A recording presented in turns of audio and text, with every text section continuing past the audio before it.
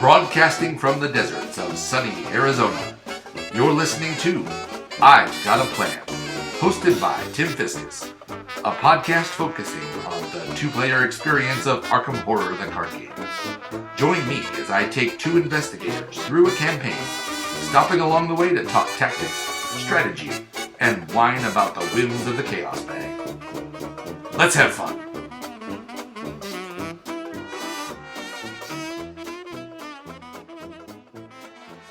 Welcome back to I've Got a Plan. We are set up here for Where Doom Awaits, the penultimate scenario of the Return to Dunwich Legacy. I quite like this scenario. I like it a lot better in the Return to version, where they have ironed out some of the gatekeeper problems that was there in the first set through. Namely, they have replaced the base of the hill and ascending path locations with new locations that allow you to less restrictively get clues searched for and open up the paths for those investigators that have trouble with straight investigate checks. Now, that won't really affect my team, given that both Skids and Daisy are pretty capable investigators, but I look forward to this scenario. I've kind of been setting up my gameplay as we've been going, aiming at trying to make this scenario not the end of the campaign. This scenario can end the campaign if you fail it.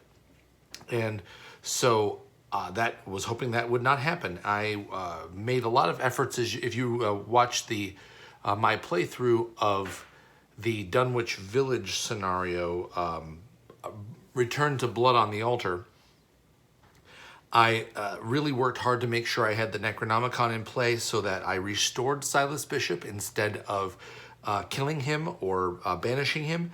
And so, since that's the case, I'm going to be able to be rewarded at the beginning of this scenario and a little bit at the end of this scenario, if I get there, by having a slightly easier go of things. If you kill Silas Bishop in the Blood on the Altar scenario, then you are greeted with a conglomeration of spheres at the beginning of this scenario. So I don't have to deal with that, which is terrific, because neither Daisy nor Skids right off the bat are going to be great at dealing with that situation.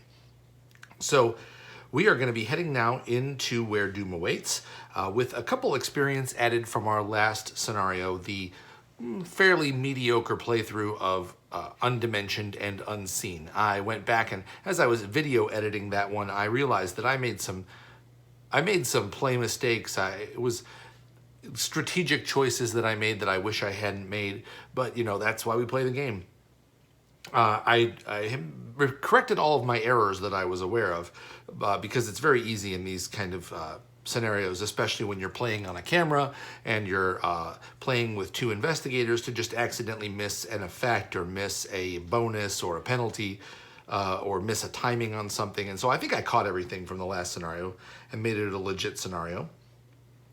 This time through, this one's a little bit more straightforward as far as less fiddly.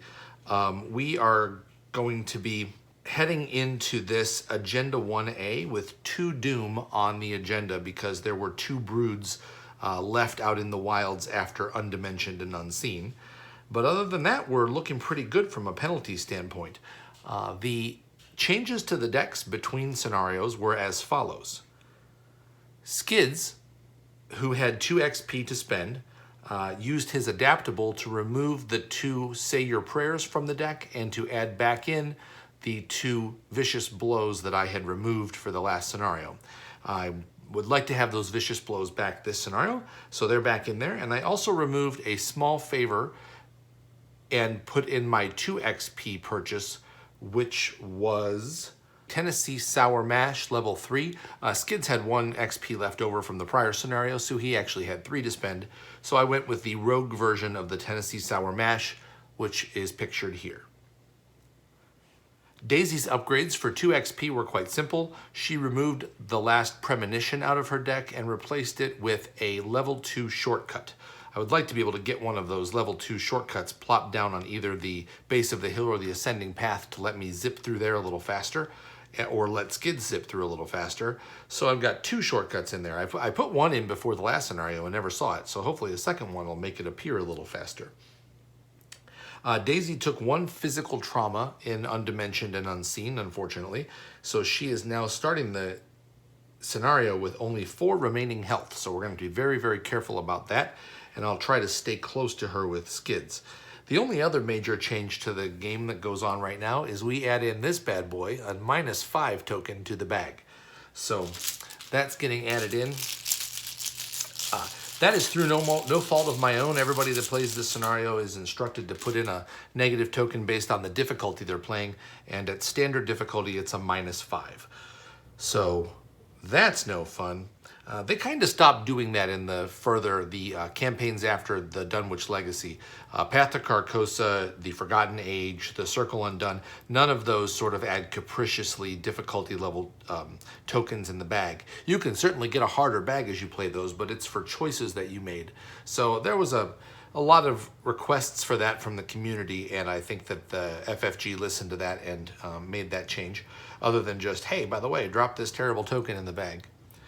Also, at this point in the game's development, not the Return to Dunwich, but during the Dunwich Legacy, it was the first cycle released, and so none of the seal mechanics had been out, none of the support cards to help you be able to manipulate the bag or use the Chaos Bag's sort of probabilities as more of an active resource for your team. None of that had been released in player cards yet, so at this point, adding in negative tokens didn't really, quote, screw with anybody's deck plan. It just sort of made the game harder. So we'll be dealing with that this phase as well, or this scenario as well. And we are going to be heading on in. We are both located at the base of the hill. And this is the Return to Dunwich Legacy base of the hill, which is a 4-shroud location with 3 clues, and reads, base of the hill is connected to each copy of Diverging Path. Forced.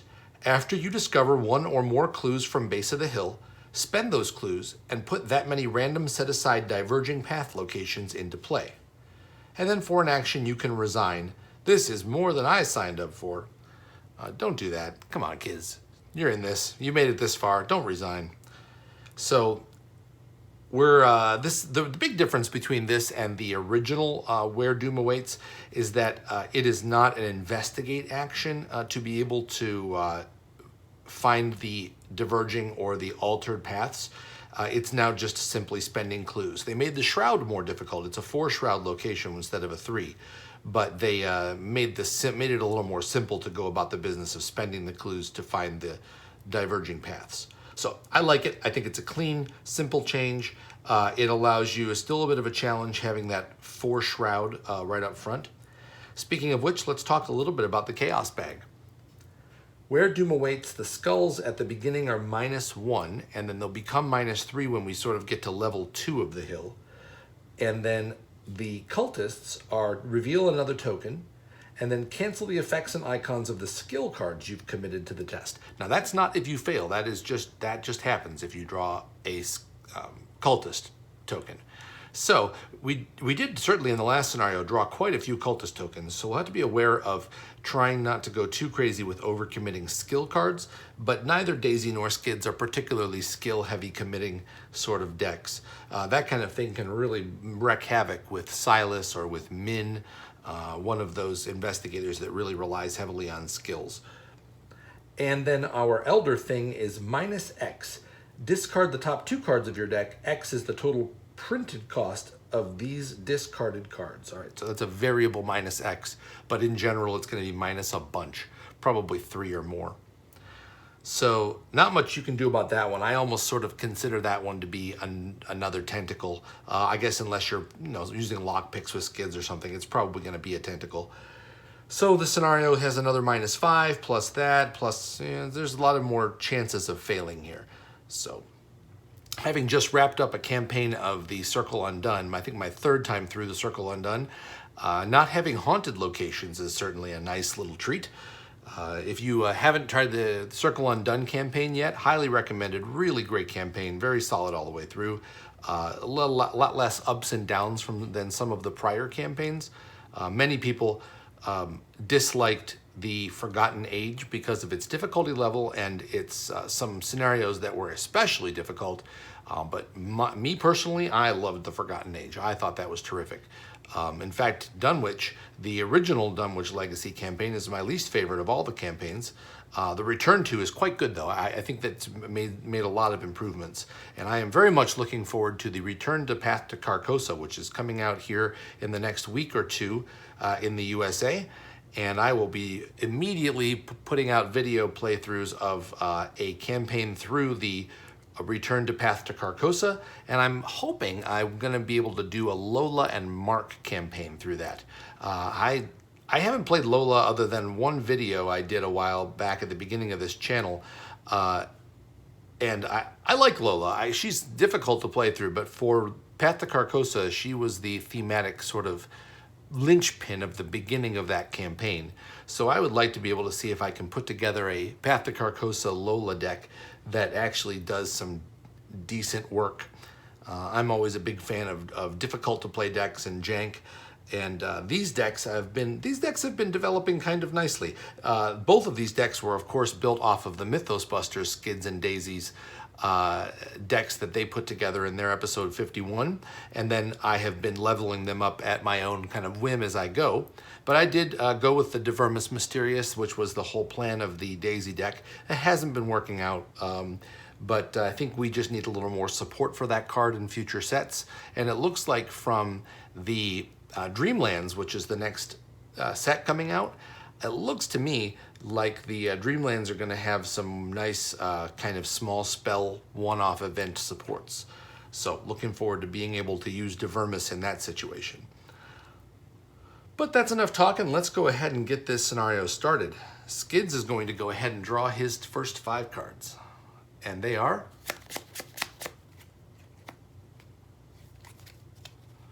a 45 automatic, an Ace of Swords, hey, very nice, a Dr. Francis Morgan, a Zebulon Whately, okay, I have not seen him yet, and an Emergency Cash. Okay, well, I do not have a Charisma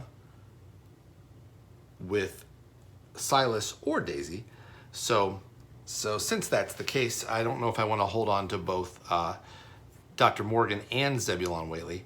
I do think that the Zebulon Whately is the right play here at the beginning, given that he is going to boost Skid's very paltry willpower and give him some nice sanity soak right off the bat. And then as I start to get into fights, I can get Dr. Francis Morgan out. With having the Ace of Swords, that's going to give me a 4 plus the automatic is a 5 fight without even using Dr. Francis Morgan. So I think I'm going to go ahead and return Dr. Francis Morgan to the stack. I'll keep the Emergency Cash. I'll keep everything else, but I'll get a replacement for Dr. Francis Morgan, which is another 45 automatic. Okay, well that's a tossable card, or maybe I keep that for a little later in case I blow through all my ammo. And let's go ahead and shuffle Dr. Morgan back in the deck. I'll do that after Daisy draws her starting hand. Daisy's starting hand is 5 cards. David Renfield, glad to see him. In case you aren't aware, this agenda decks in Where Doom Awaits are 2. There's 2 agendas, and they're both really long. So David Renfield's is kind of a bit of a superstar here for that. Dr. Henry Armitage, Daisy's Tote Bag, St. Hubert's Key, and Mind Over Matter. All right, well, I'll be keeping Renfield and St. Hubert's Key for sure. Armitage I will keep as insurance to get rid of Renfield when I'm ready to do that. And I don't need the Tote Bag or the Mind Over Matter right off the bat, so I'll return those 2 and draw replacements. And they are a Shortcut, level 2, hooray, and a Divermus Mysterious. Okay, well, I can't be too much happier than that with either of those starting hands. Skids could have a little more cash up front. I'd love to get a lone wolf out, but I didn't. While I'm shuffling, let's talk about the agenda. Agenda 1A, Calling Forth the Old Ones. As you approach Sentinel Hill, you hear ancient Latin rites bellowed across the night. The time for action has come. If you cannot stop the sorcerers in Dunwich, who knows what terrors they might unleash upon the world. This is a 12 Doom threshold. I start with 2 because of the broods I didn't kill. So there's still 10 more to be placed. This scenario does have ancient evils or resurgent evils, as is the case in this return to. But that's 3 out of a very large encounter deck. And then we have Act 1A, The Path to the Hill. A vibrant arcane energy fills the air with a bone-rattling chill. The energy swirls along the crushed trail before you and seeps down several other paths before disappearing. When the investigators have collected the requisite number of clues, which is 4, they must immediately spend them and advance. So 4 clues is what we're looking for. As soon as we get them, we have to advance, which is fine because we want to go, go, go. No sense in wasting time around here. So let's see here. How do I want to get this party started? I like the idea of getting Daisy to start scouting out some paths for Skids to take. At the beginning of the game, let's go ahead and get Skids' Ace of Swords into play. So he's going to be starting at a strength of 4. And let's go ahead and go first with Daisy. Now the question is, do I want to get Renfield into play? I could do Renfield and St. Hubert's Key, or I could do St. Hubert's Key and Shortcut. That would help Skids speed things up a little bit. Though I would kind of like Skids just to set up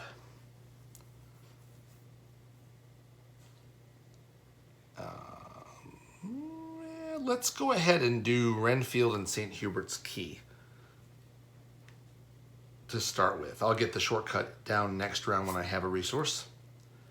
So David Renfield for my first action. That will cost me 2, although I will exhaust him and place a doom on him, which will get me 1 back. So I now have 4 resources, and that boosts Daisy's willpower up to 4.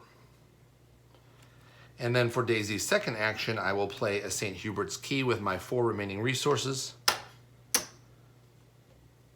And that boosts my willpower up to 5 and my intellect up to 6. And it takes my sanity down to 9, but who's counting? David Renfield also provides a little bit of very nice damage soak in case that's necessary. And I'm out of resources, so let's go ahead and explore at 6 to 4. So let's see what the Chaos Bag dishes us up at the start of this scenario. 6 to 4, and we pull a 0 to get things started. All right, very nice. I will take that clue and I will immediately spend it to open up a diverging path. Now, quick note. I have an old version of this scenario, and the diverging paths have different backs. The return tos forgot to print this little circle in the top of the backs, so you know which card came from the return to versus the non-return to. So what I'm going to do is I'm going to just go ahead and randomly select one of these, and then I'm going to stick it into an opaque sleeve so I can't tell which one I got, and that's just going to have to be the way that I randomize this. So I have 1, 2, 3, 4, 5 cards. I'm going to roll a 6-sided die. I have rolled a 3, so number 3 is going into an opaque back sleeve, so I can't tell whether it's one of the old ones or one of the new ones. It's going to sit right there.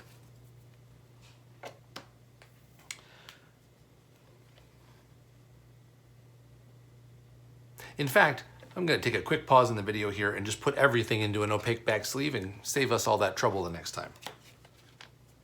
Okay, I'm back. I have sleeved everything. Let's go ahead and just randomly shuffle these up and do it one more time. And I'll place that there. Okay, that's one of the diverging paths. Those kind of printing errors are a little bit annoying. It doesn't really bother me that much, not enough to send away for another set or anything like that. But it's a shame with the return to product that they couldn't have quality checked that just a little bit better. I certainly understand at the beginning of a game's life cycle, you're still dealing with some formatting and how you're going to make things look and color choices and things like that. But on a return to, that was put out years later, so that should have been caught in my opinion. But soapbox over. Let's move on. Skids, for his turn, I will. Let's see here.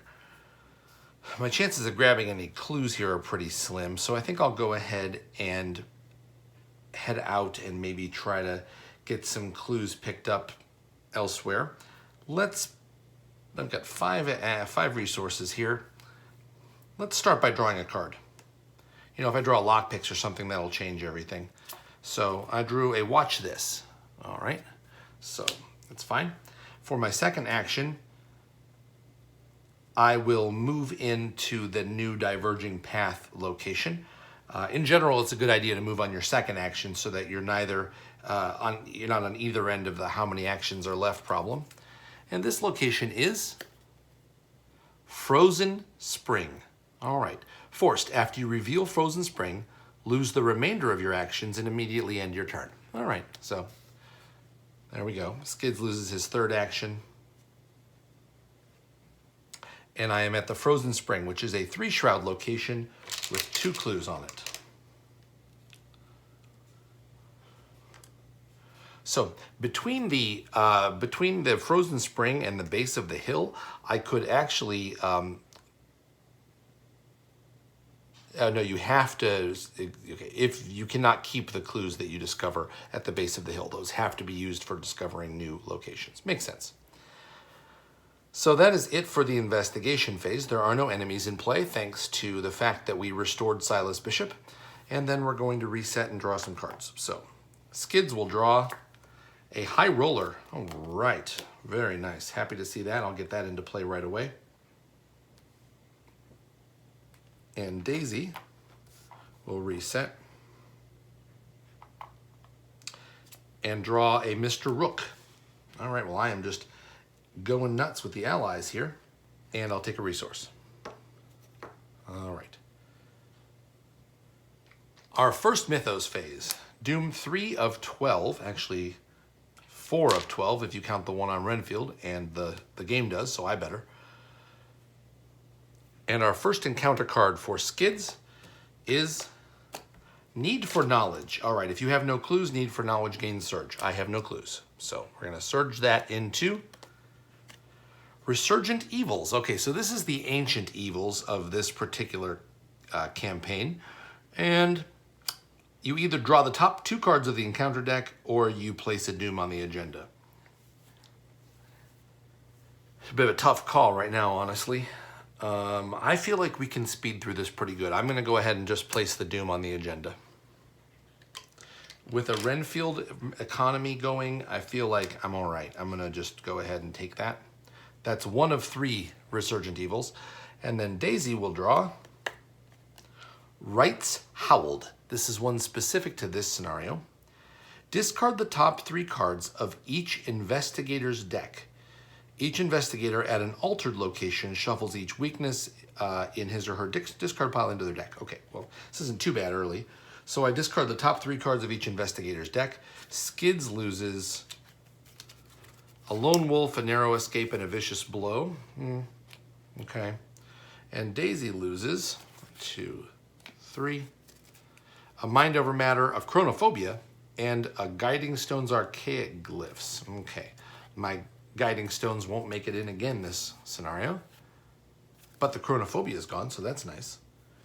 None of us are at altered locations right now, so that is essentially a whiff. And we're going on to the investigation phase. Okay. So Skids is in a situation now where he's got 2 clues at a 3-shroud location, and I don't have any real assistance for getting clues other than the high roller. But that is assistance. It is a bit of a gamble because I'd be up to 5 to 3. That's not great given the chaos bag right now, and I could throw away the rest of my resources with that. Yeah. I'd like to get a Zebulon Whately into play. Let's go ahead and send Daisy. Let's start with Daisy. She will investigate with Renfield, or will use Renfield. I will put another Doom on him to take 2 resources.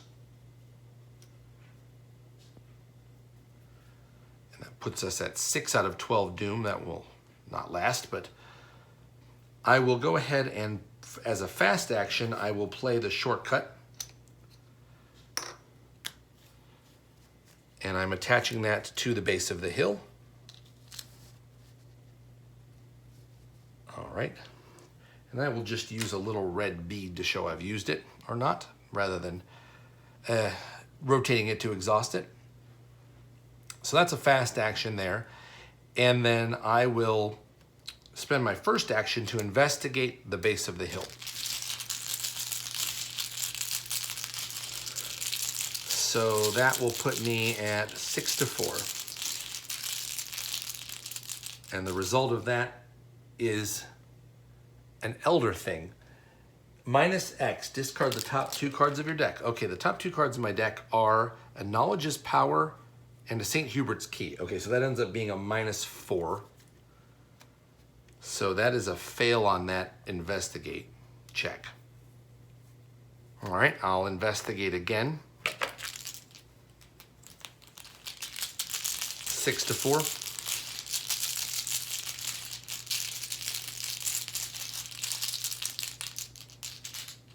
And we've got a -1. Okay, so I'll grab the clue off of the base of the hill, and that will, I'll spend it right away to put another location into play, another diverging path into play. I will take the fast action of the shortcut to zip over to the frozen spring, and I will investigate there at 6-3. No sense in not having Daisy's nice 6 investigation be put to good use. All right, and at 6-3, we pull another Elder Thing. All right, I'm up by 3. Let's see what the top 2 cards are. Ward of Protection. Ugh. Oops. And I've got a plan. All right, that's a -4. That's a fail. So Daisy gets Elder Thing screwed twice. All right, that's quite bad, quite frankly. However, the Divermus can't be used to play. I can go get I got a plan back with the Divermus, but I can't go get the Ward of Protection back. I could get the Knowledge's Power back, the Mind Over Matter. This scenario might be really good for Divermus, actually, given all the discarding off the top of the Investigator decks that's going on. Yeah. Okay, Skids is going to take up a bit of a setup turn here. I need to start getting ready for some enemies. So let's go ahead and spend my first action with Skids to play an emergency cash, and let's get 3 resources. I will spend my second action with Skids to play a 45 automatic with 4 ammo. And I will spend my third action with Skids. Oh, that costs $4. Leaves me with 4. And then I will spend my third action with Skids to play a high roller. Let's just move that right over here. And that costs 2.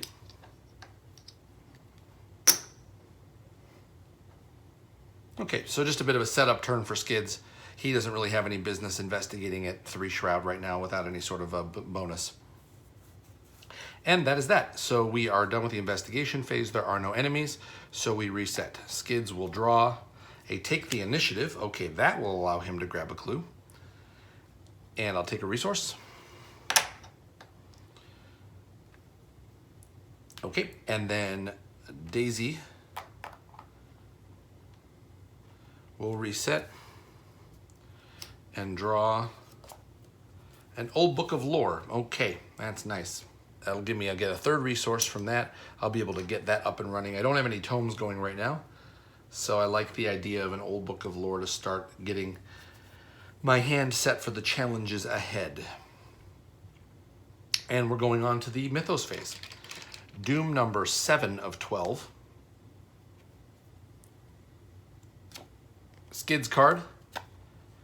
A Crazed Shoggoth. Okay, so when this guy comes out and there are no altered locations, he is a whiff. There's nowhere for him to spawn. So I'm just going to double check that that doesn't change in the return to Where Doom Awaits. I don't see anything about that. In return to where doom awaits. Let me see if there's any text here. No. So the crazed Shoggoth, who is a big old bad enemy, he is a whiff. And so that's like a little free draw off of the encounter deck. And then Daisy will draw spaces between. Okay, well, this happens. Flip each non-Sentinel Hill location in play to its unrevealed side, removing all clues from it. All right, so each investigator and enemy at a location flipped this way immediately moves to the nearest Sentinel Hill location. So we move both of these two back to the base of the hill. The Frozen Spring's clues are discarded. The Frozen Spring and the other card we have discovered get shuffled up and then replaced. And so we don't know which one of them is the Frozen Spring and which one isn't. Though we could probably very reasonably assume that we will go to the Frozen Spring and make sure we go there on our last action. But that will delay us just a little bit as far as being able to get clues. So I could hedge my bets here a little bit for sure.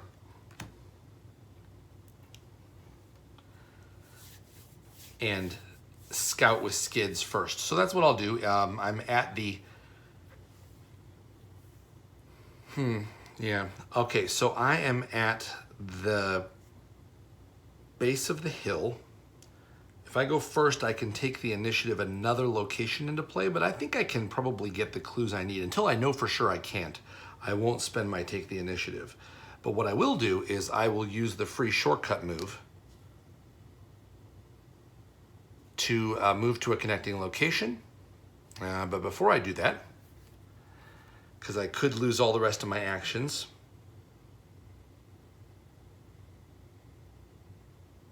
I was going to get that Zebulon Whately into play. There's just really no good way to do this, is there? Let's draw a card. Okay, I draw a Lone Wolf. I will play that Lone Wolf for one more resource. Can you guys see that still? Yeah, that's still in camera. I'll play that Lone Wolf for a resource. And then I will go ahead and shortcut my way into one of the other locations. I will shortcut into, let's save the shortcut for Daisy. I'll just walk into one of the other locations. I'll walk this way. Frozen Spring. Okay, we ended up right back where we started. Frozen Spring has 2 clues, and I must immediately lose all of my actions and end my turn. That's where I was anyway. So, metagamed that fairly well, I suppose. And then we're going over to Daisy. Okay, so she has the opportunity here to be able to really snap up some clues, I think. But let's get some cash. I'm going to spend David Renfield. I am going to put another Doom on him. I have Dr. Henry Armitage in hand to be able to replace Renfield. So I'll take 3 resources, putting me at 6. And cranking the Doom up, we are now at 8 out of 12. And I will play an Old Book of Lore for 3. Takes up a hand slot. All right. And then I will use my free tome action to exhaust the Old Book of Lore and look at top 3 cards. Pick one, get rid of the other 2. I will keep, I got a Ward of Protection, an Inquiring Mind, and a Mr. Rook. I will take the Ward of Protection and shuffle the other 2 into my deck. Nice to have that in hand.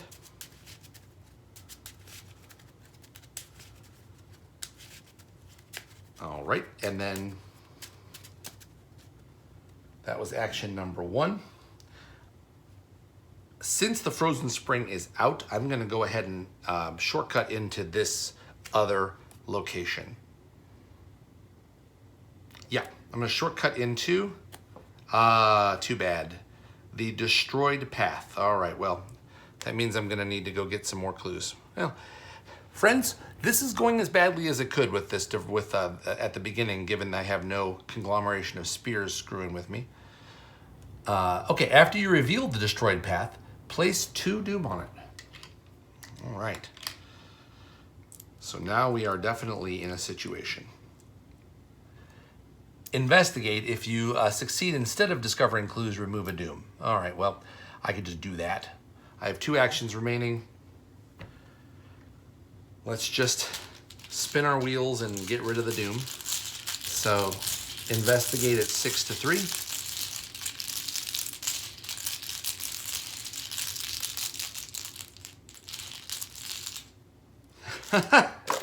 Pull another elder thing. You are kidding me with this stuff. I think there's only one of those in the bag, aren't there? Isn't there only one of those in there? Sorry, I gotta look. Yeah, there's only one of those things in there. It's crazy, crazy. All right, so let's look and see if I got it. 2 cards off the top. And the total printed cost of those 2 cards is 1. I gotta crack the case and another shortcut. So at least I succeeded. So I pull the doom off of the location. And then I will investigate again for my 3rd action at 6 to 3.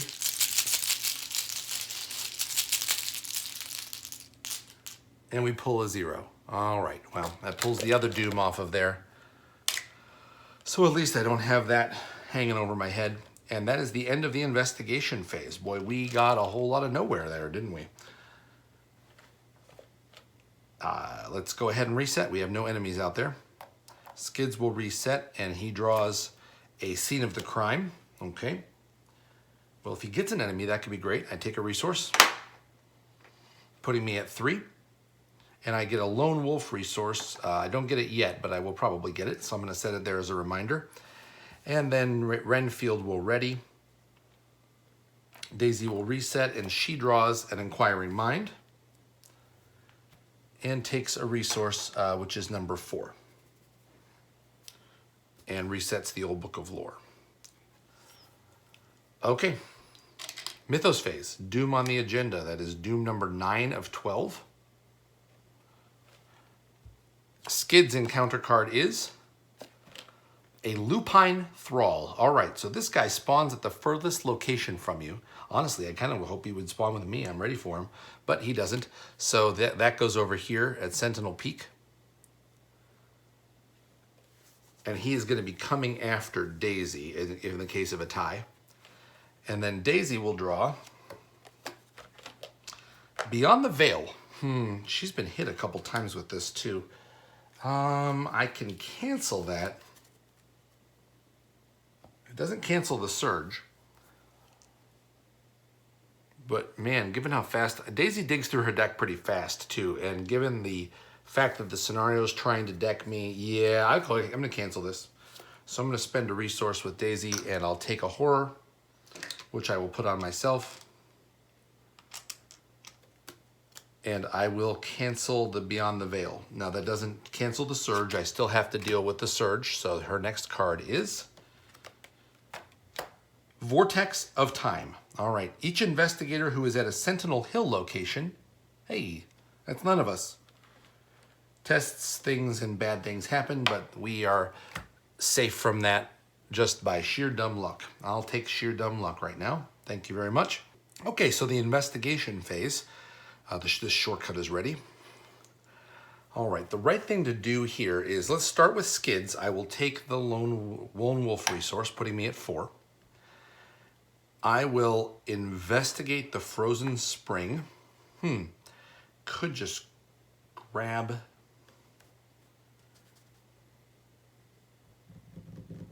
Trying to decide if I want to do scene of the crime here or not. I don't think I do. I'm gonna wait. I'm gonna go ahead and just take the initiative on this first one. So nobody's taken a turn yet. So this is gonna put me at 6 to 3 on the first investigation. Pardon my sniffles. 6 to 3. And we draw a skull, which is a -1 right now. So I'll take that clue. Thank you very much. My first clue. And then for my second action, I will investigate again. And I'm going to go ahead and toss my high roller on this one. It's a bit of a risk, But I've got a lone wolf in place, so I have a little more cash flow coming right now. So I'm investigating this at 5-3 with high roller.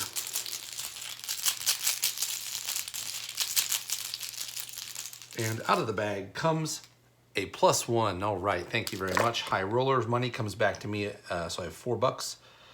Let's just move this slightly. I'll move it out here, okay? And I grab that second clue for my second action.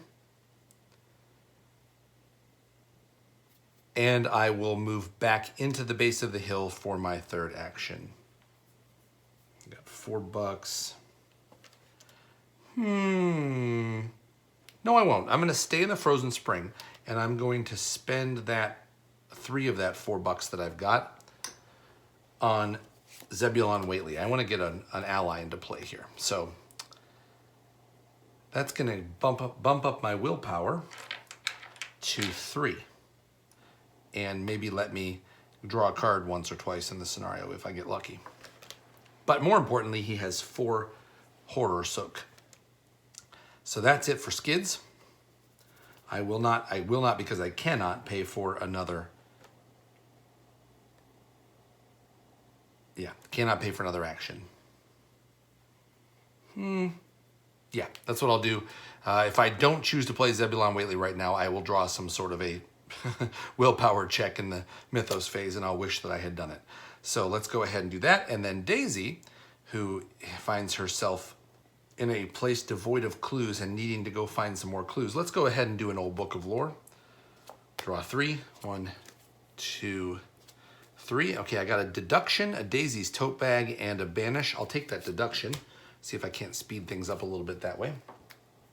Okay, so we're getting to the point now where Renfield's gonna need to die, but I'm not quite there. I think I can milk him one more turn. So I'm gonna go ahead and take, I'm not going to put any more doom on him. I'm just gonna take 3 resources, putting me at 6. And that'll give me enough to pay for whatever I might want to pay for. And then I will use my first action to move into the base of the hill. I'm still needing 2 more clues, so I will go ahead and investigate here at 6-4. And I'm not going to toss anything at this. I'm just going to 6-4. I got a skull, so that is still -1. Yes, it is. So I grab this clue, which then becomes the 3rd of the diverging paths. So I will put that right here.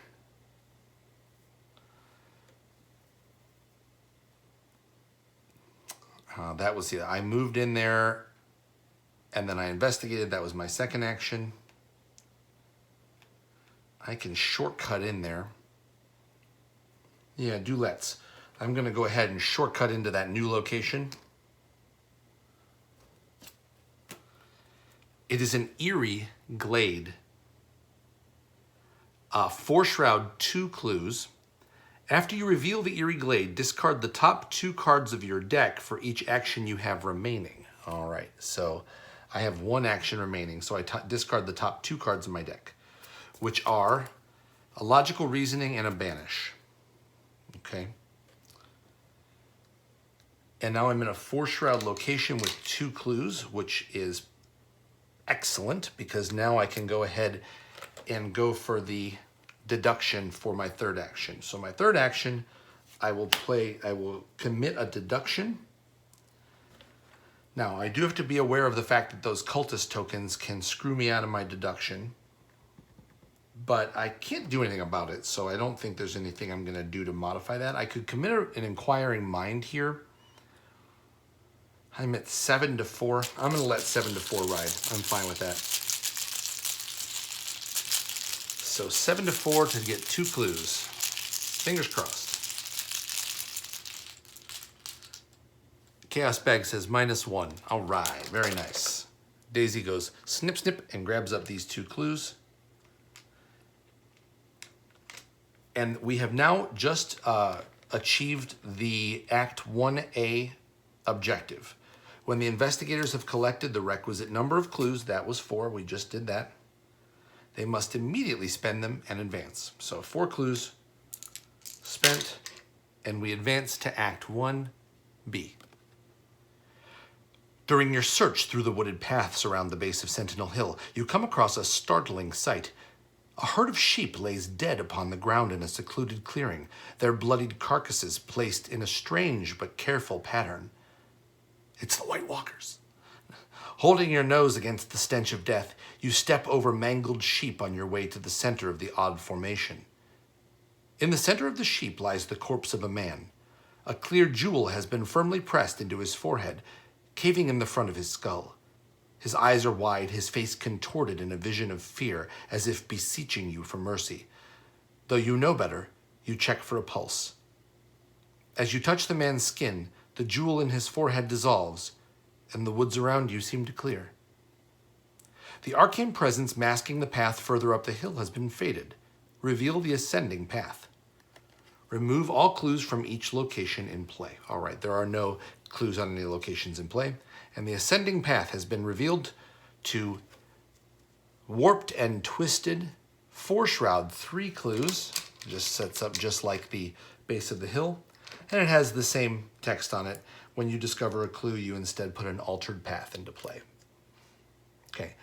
It is connected to the base of the hill and only to the base of the hill. Some of these other paths are connected to each other. And we move on to Act 2A. Ascending the Hill. This is version 1 because of things that have happened in the campaign so far. Clues cannot be placed on non-altered locations. Objective when an investigator enters Sentinel Peak, advance. Okay, so we're trying to get up to the top of Sentinel Peak. No shock there. And that was the end of the investigation phase. So we move into the enemy phase. The lupine thrall hunts down to the ascending path. So I will have to deal with him next turn. In fact, I'll probably just go hunting. We'll see what happens. And we reset. Skids will draw, reset the high roller, and draw another scene of the crime. All right, that's 2 scene of the crimes. I'm gonna need some cash for that. I'll take a resource and put one on Lone Wolf.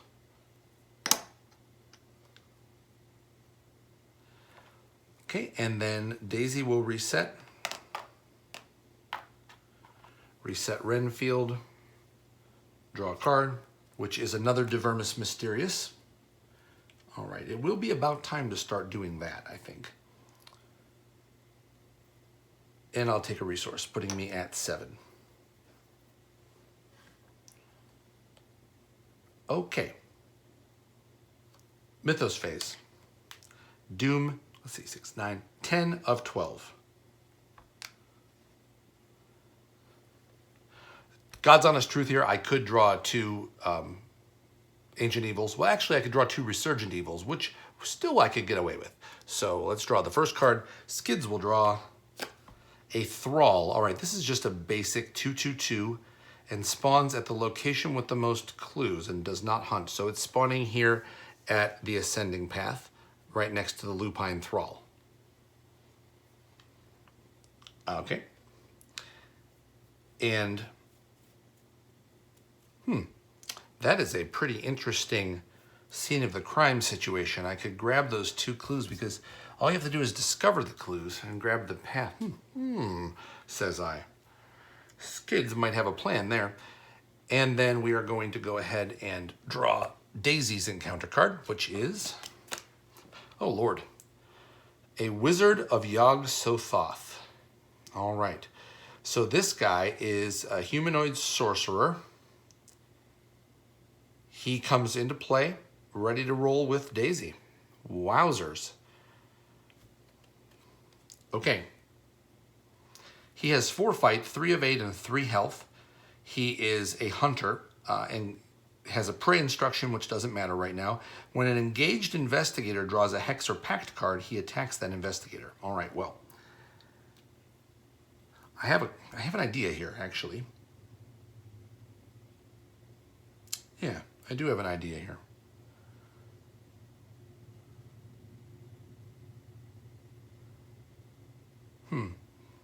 So I could Let me take a second and look at this. I have a banish in my discard pile. I know that. The wizard is susceptible to a banish. That has potential. I've got a plan is also a nice thing to do, but I don't have any clues. So I'd have to get some clues before that would be helpful. But I could very easily, I'd have to end up taking some attacks of opportunity to do all of that. Yeah, I'm pretty sure this is going to be a situation where Skids is just going to need to go bail Daisy out. Now, their locations are actually connected. The Frozen Spring is connected to the Eerie Glade, and vice versa. So yeah, so Skids could go over there and just see if he can't pop the Wizard of Yog-Sothoth and get that problem solved. I think that's a good idea. I've got to watch this. Yeah, let's go ahead and start with that. Skids is going to go first. As we have drawn two enemies, neither of my scene of the crimes have worked out so far, so let's go ahead and go find a crime to go commit a scene. So Skids is going to spend his first action to move in to the Eerie Glade with Daisy. I collect my lone wolf money first, putting me at 3 resources. So Skids is going to run into the Eerie Glade. He's going to yell at Daisy, "Hey, duck!" And then he's going to fire a shot off on the Wizard of Yog-Sothoth. So this shot is going to be fired with a 45 automatic. And I'm going to be fighting at 5 to 4. I will commit a watch this and all 3 of my resources to go 6 to 4. And am I gonna do anything else? I'm not at an altered location. I have to succeed by 1 or more to get the money back from watch this. I will commit a scene of the crime as well.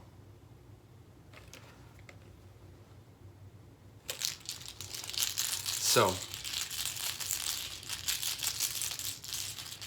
let me do this a little bit differently. I am not going to play watch this on my first action. I'm going to instead do high roller on my first action, my first shot.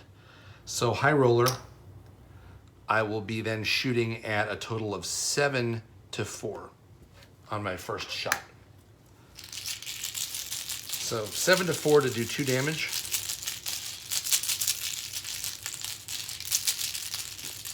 And we hit at, oh God, one of these guys, Elder Thing. All right, top 2 cards in my deck. Let's see what they add up to. Whew. All right, the top 2 cards in my deck were a Tennessee Sour Mash and a Stubborn Detective. So looking at it doesn't say that I'm just discarding the top 2 cards. The total printed cost is 3, so I was successful. Sad to see that Tennessee Sour Mash go. I just bought that. But happy to have not shot Daisy in the face.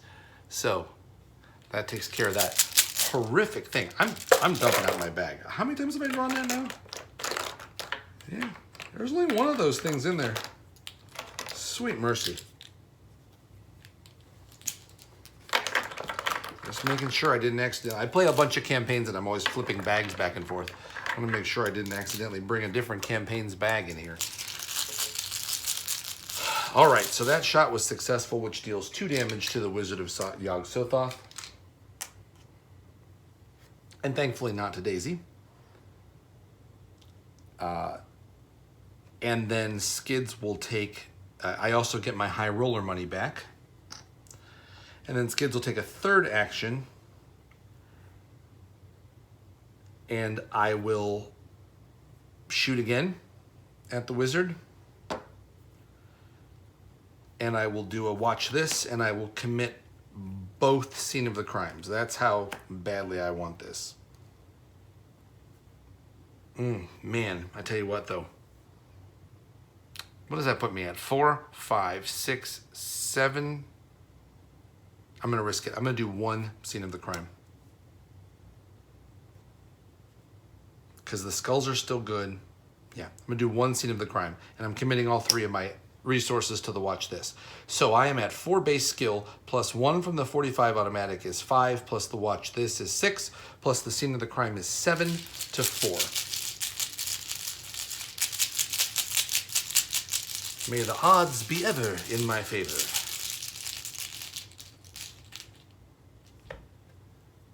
A -2.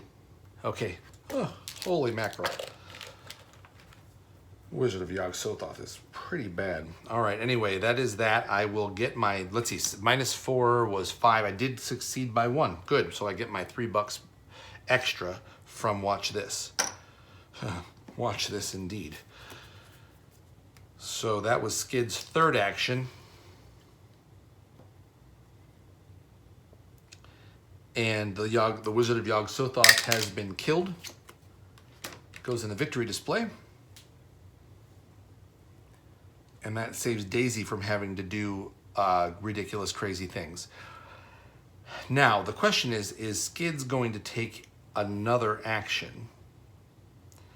I could move in, shortcut and pull. I've got some soak available.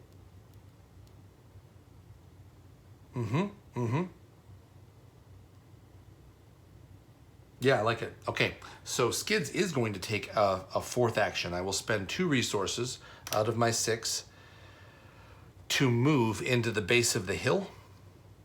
And then I will use the fast action on the shortcut to move me into the ascending path. That will engage Skids with both the thrall and the lupine thrall.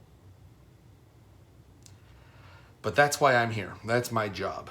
So that is it for Skids. We're here to kick ass and chew bubblegum, and we're all out of bubblegum. Okay, so Daisy now has 3 actions available, and she has nobody in her way to bother her. So, first thing I'm going to do is take my Renfield cash. I will go ahead and put another doom on him. And I'll take $4. 3, 4, 2, 3, 4, 5. That puts me at $11 with Daisy. Thank you very much, David Renfield. And then I will retire David Renfield by playing a Dr. Henry Armitage. So Dr. Armitage for my first action will replace Renfield, ditching all of that extra doom out of play.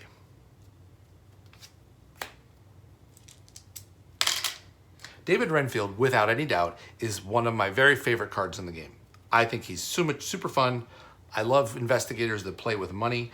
So Armitage and Renfield are sort of a dream come true for me. So I play Renfield in a lot of my decks. I know he's powerful. He's not super powerful, but he's quite good. Especially when you can build enough to be able to control the flow of doom. I have been burned by him before, but in general, he's been able to load me up with a lot of cash that I can ride through the scenario. So that is Daisy's first action. For her second action, I will do a tome action for Old Book of Lore. Let's look at the top 3. 1, 2, 3. Hypochondria, Logical Reasoning, and Crack the Case. Well, I don't need the cash for the Crack the Case, but Skids sure does. And I can give it to him. It's got an intellect icon. I'll take it. I'll take a Crack the Case. All right, shuffle up here. Okay, so the thing here now is I want to get this Divermus Mysterious into play. So I'm going to spend my second action. What was my first action? Oh, Henry Armitage, yeah. I'm going to spend my second action to play a Divermus Mysterious. This is going in my second hand slot, which is also a book slot. Okay. And then that will let me potentially play a Banish out of the discard pile. Let's see. My targets available for Divermus right now are spell or insight events. So we've got a Logical Reasoning, a Banish, Crack the Case, and Word of Protection cannot be used with the Divermus Mysterious because they are fast and are not done as an action. Shortcut is the same way. I've got a Plan is doable once I get a couple clues. Knowledge is Power is doable with the Divermus Mysterious, which then just kind of opens up all kinds of other options. Mind over matter is also possible with Divermus Mysterious. That could be good. So yeah, there's a, oh, arcane glyphs. Arcane glyphs. Oh, that's not an event. It's an asset. Okay. So there are a good many choices with the Divermus, and I want to be able to have those options open to me. Plus, it's finally nice to get that card into play and hopefully do something with it. That was the whole point of this whole campaign. All right, and Daisy's third action will be to move down into the base of the hill. The shortcut's already been used, so she'll just hang out here ready to jump in there and start checking out the ascending paths when they happen. All right, that's it for the investigation phase. We go into the enemy phase, and that is going to be Skids taking some damage. So Skids gets hit for 2 damage and 2 horror. I will put the 2 horror on Zebulon Whately. 1, 2. And I will put the 2 damage on myself. 2 out of 8. No big deal. And then we're moving on. So reset. Skids will draw another watch this. Okay. And I'll take a resource and a lone wolf resource.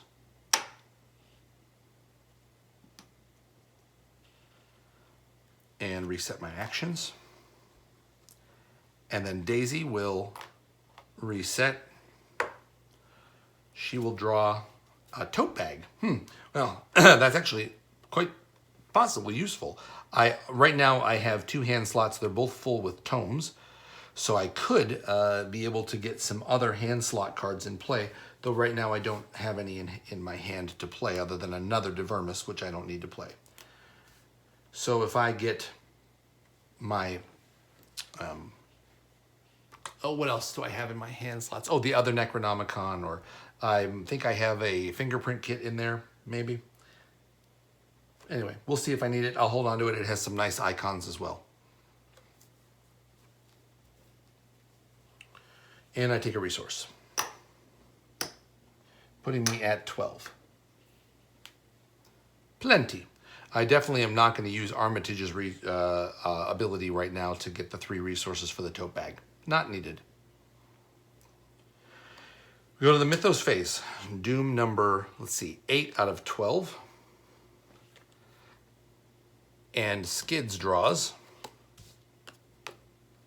Light of Aforgamon. All right, I must either attach it to the agenda or the act, and all damage and horror for the rest of this act or agenda are direct. Okay, well, that's worse later.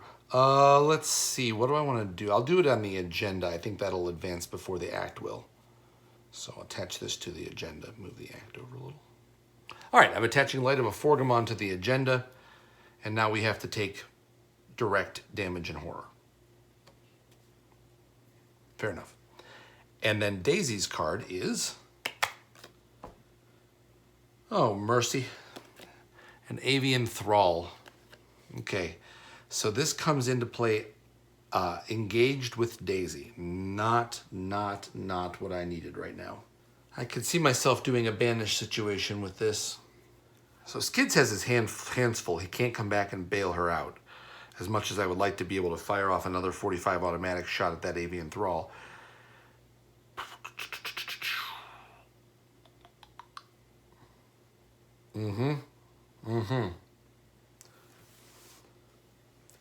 This is bad, kids. All right, here we go. So we're going to start with Skids, and I will take my Lone Wolf resource. As my first action, I will play Scene of the Crime.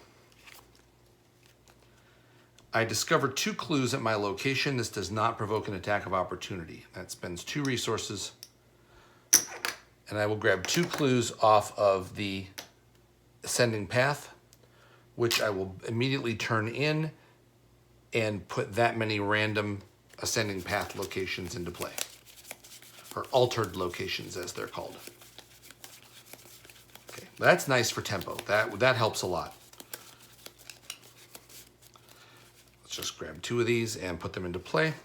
Put 1 above, and I'll put 1 just here to the right. Table's getting a little messy. Okay, I don't move to them, I just set them into play. All right, then Skids for his second action. I will fire at the... See, I got 2 bullets without playing another gun. I could fairly easily evade that other thrall.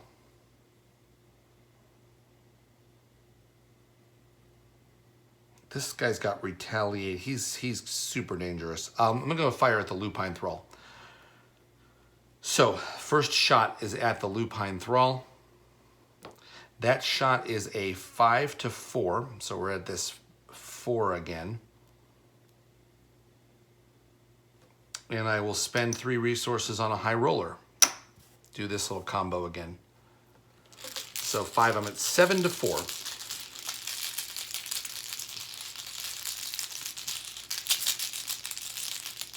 And he has retaliate, so I get a 0. All right, that's good news. So I get my $3 back from the high roller, and I deal 2 damage to the lupine thrall. I've got 1 bullet left. I think I'm not going to actually spend it. I think I'm going to risk just a... If I just do a punch to the face, I'm going to be at 5, 6 to 4. I can't boost it any farther. That's not true. That is not true, and here's why. Because as a fast action between my 2 actions, I can have Daisy move in. So Daisy will use the shortcut action as a fast action in the window between my second and third actions to be able to, it doesn't have to be done during her turn, and she's going to move to a connecting location. All right. Because that is not a move action, it does not provoke an attack of opportunity from the avian thrall, though I would do it even if it did. And now I've got Daisy around to throw in a skill card on me. So Daisy is going to commit an inquiring mind. There is a clue at this location, and that will boost me by 3, in which case I will commit a watch this. So watch this, inquiring mind. I will commit 3 resources, and I'm just going to punch him. I'm not spending the bullet. So with a fisticuffs shot here, I am at my 4 base skill plus the 4 skill icons from the skill test boosts, putting me at 8 to 4.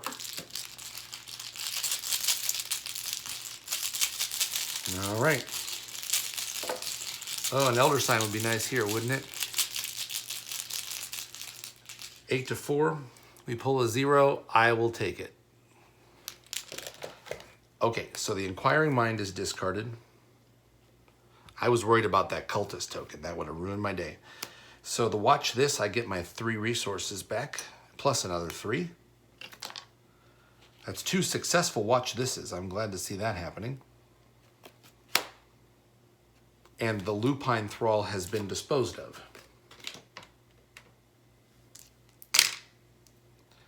All right. And then Skids will go ahead and spend 2 resources and take a 4th action. And here is where I will shoot the last bullet at the thrall. And this shot is 5 to 2. I will not boost it. And this is just being shot at the regular thrall.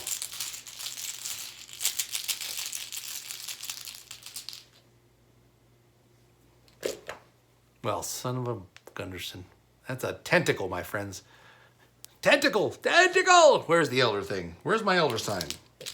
Hey, elder sign. Where are you? Let me look in the bag. Okay, visual confirmation. It's in there. Ah, that's a shame. Okay, so unfortunately he has retaliate, and I have not evaded him. So I have to take another 1-1, and it's all direct at this point because of the light of a Forgamon. So I take a damage and a horror.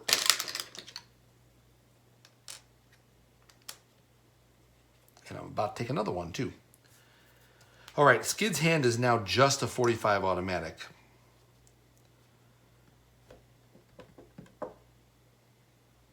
But I did a little damage that round. So let's move on to Daisy. Okay. So she is engaged with this avian thrall. I'm gonna need to do something about that. I don't have any clues, so I've got a plan is out. I committed my inquiring mind, so the evading is out. So let's try for a banish. I'm going to use Divermus Mysterious. So I will use this as my tome action, because that's going to provoke an attack of opportunity anyway, so no matter what I do. So I will do a tome action, and I will exhaust Divermus Mysterious and place a doom on it. Okay. Note that doom. So that's going to put a little marker here to show that I've got a doom here. All right. Play a spell, insight, or a spell or insight event from your discard pile, reducing its cost by 1. So I'm going to play Banish. Yeah, I'm going to play Banish. And that will cost me 1 resource because Banish costs 2. And I will evade. Use this on a non-elite enemy. The Avian Thrall is non-elite. And this attempt uses willpower instead of agility. So I will commit my tote bag to get an extra 2 willpower on this check. So my willpower is 4 right now with the St. Hubert's key. And I'm adding 2 more, making it 6. So this is a 6-3 on the evade.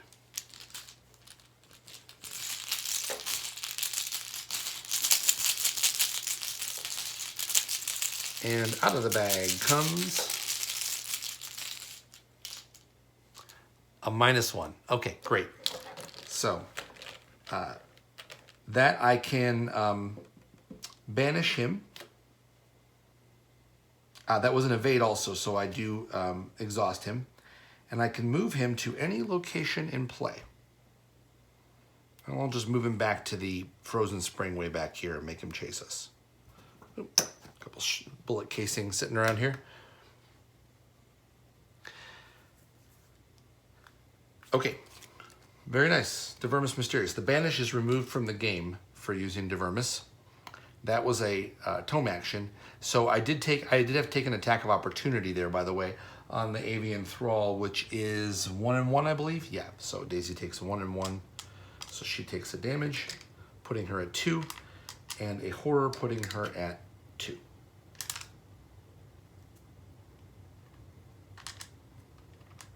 The tote bag is discarded, but importantly, that got me out of that mess.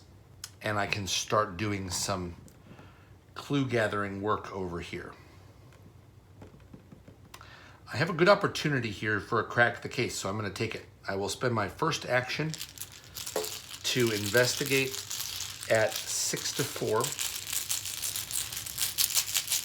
I will commit my other Divermus Mysterious to this to go 7-4. And I get a 0, so that is successful. I will discover the last clue on this location,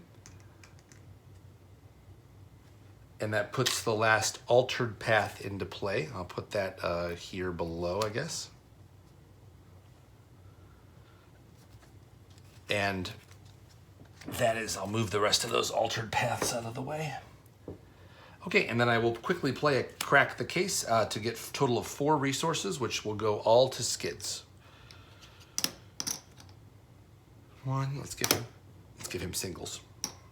That's how Skids rolls. Okay, that's really helpful because now Skids can really much more comfortably play for his high roller. I can pay for extra actions. because I'm sitting on with Skids now 9 resources plus the lone wolf. Might be able to get that next round. Anyway, that's Daisy's first action, is to investigate. Daisy's second action will be to move in. I'll just move to this close one here. And it is the uprooted woods. Okay. After you reveal the uprooted woods, discard the top 5 cards of your deck if you have no actions remaining. Well, I do have a action remaining, so that's good. An action remaining. It's a 2 shroud with 2 clues, so this is pretty elementary for Daisy to grab these 2 clues. I need 4 clues, by the way, to be able to get into Sentinel Peak. So that's Daisy's second action. Daisy's third action will be to investigate the uprooted woods at 6 to 2. Oh, I forgot to discard that Divermus. All right. 6 to 2. If I can grab some clues here, and I can get at least get a medium-powered I've Got a Plan up and running. So 6 to 2, I get a -3, and that's successful. And that's it for Daisy. So I gotta say, that investigation phase went way better than I thought it was going to. I thought we were just gonna be dealing with the monsters and not make any forward progress. But we did both. And that is the sign of a team that's got some good plans and tricks up their sleeve. So well done, team. We aren't out of this yet, but that was a big speed bump to get over. Okay, enemy phase. The Thrall hits Skids, so that's going to hit him for a damage and a horror. I cannot, it's all direct right now, so I can't do any soak.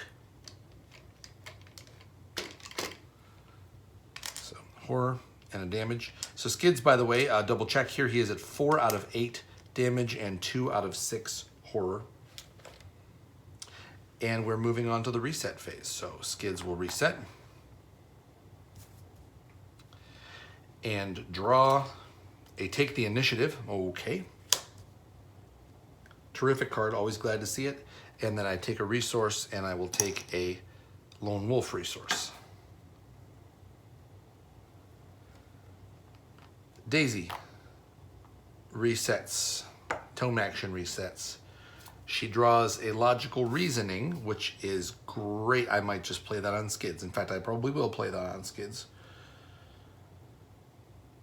And I'll take a resource.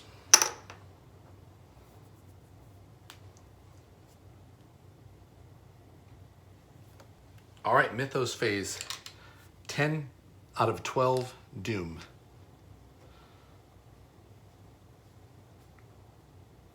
Honestly, pretty soon I might be hoping that this advances so I can get rid of that Light of a Forgamon and start using my Soak. But let's see what happens before I start asking for bad things. Let's get them on purpose. Here we go. Skids encounter card is Beyond the Veil. Okay, can't do anything about that. So Skids, I like to put Beyond the Veil underneath my deck just so I remember to do it. Just have it stick out a little bit. And Beyond the Veil, because the designers are a-holes, is a surge card. So I surge into another Beyond the Veil. All right, well that is a whiff because you can only have one, but it surges into another Thrall. Okay, well that's enthralling. Oh, and this spawns at the location with the most clues, which of course is not where I am. It is where Daisy is. So the Thrall spawns engaged with Daisy. Interesting.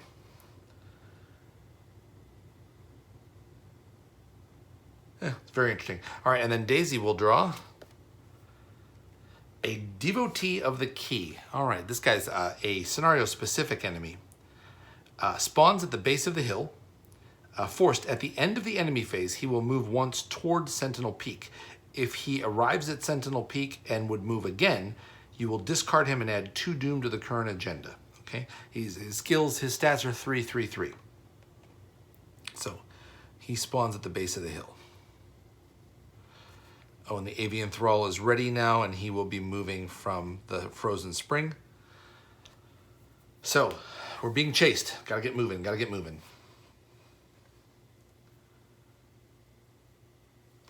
Okay, so, honestly, Daisy has got, I gotta take a look at, I've Got a Plan. You know, you'd think with my podcast being called I've Got a Plan, I would have this card memorized. But I want to make sure that it's +1 damage for the, yeah, it's +1 damage for each clue you have. So that would be enough. That would be enough to kill the thrall. Though I might want to just go ahead and let Skids get her out of that trouble. Yeah, I almost certainly do. Yep, sure. Okay, so Skids is going to... What was my encounter card this round? Oh, it was the thrall, right. All right, Skids is going to take his lone wolf resource. I'm sitting on a pile of resources, so I will definitely be taking extra actions this turn without anything else to spend them on. I see no sense in taking a attack of opportunity if I don't need to. What I'm saying here is I would like to play the 45 automatic that I have in my hand, but I don't see the need to do that. I think I will just evade this guy, but I really don't want to evade him in the ascending path. Daisy's got the logical reasoning. She can drop on me this round, actually. Yep, that's what I'm going to do. All right, Skids will spend his first action to play for 4 resources. Second 45 automatic. That doesn't overwrite my first one. I have an extra hand slot right now. And I'll put 4 ammo on that.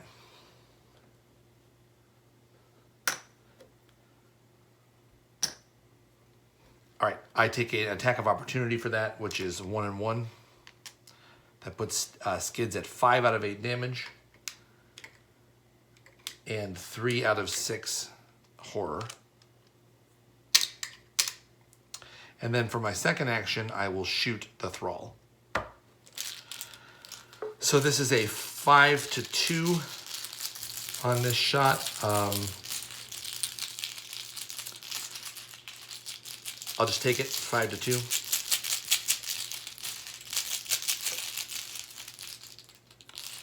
And out of the bag comes a skull. Let's see, altered location? I am not at an altered location. It's a -1, but it wouldn't matter. Even if it had been a -3, I still would have hit. So the thrall has been killed.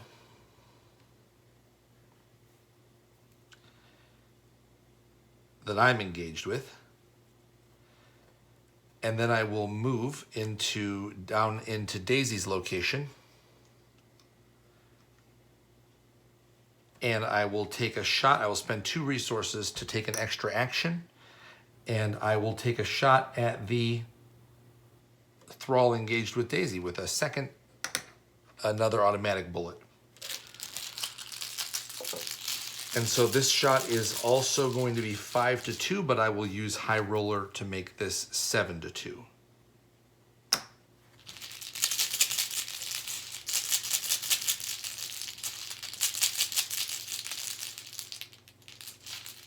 And I get a -2. Okay, so that's successful. And Skids rids Daisy of the thrall. I get my High Roller money back. And that's it for Skids. And doing his job. All right, so Daisy will spend her first action. Let's see, are we in the witching hour yet? No, we are at 10 out of 12. Potential witching hour with the deck as it is. I need clues is what I need. Let's go ahead and spend an action and play logical reasoning with Daisy. I do have a clue, so I can do that. So logical reasoning will cost me 2 resources, leaving me with 10, and I will choose Skids to heal 2 horror, putting him back at 1. I will do Old Book of Lore for my second, for a tome action, and draw 3 cards. 1, 2, 3. Let's see, I got a Storm of Spirits, a Hypochondria, and a Forewarned. Forewarned. Yes, please. I'll take that Forewarned. Shuffle the other 3 back in, other 2 back in.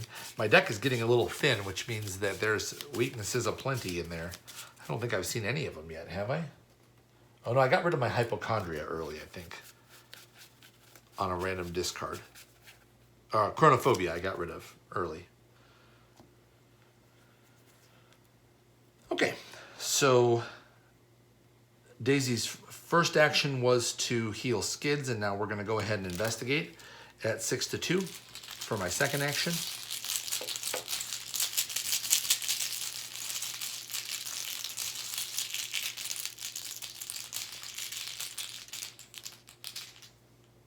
And she gets a -3, so that is good enough to be able to grab a clue.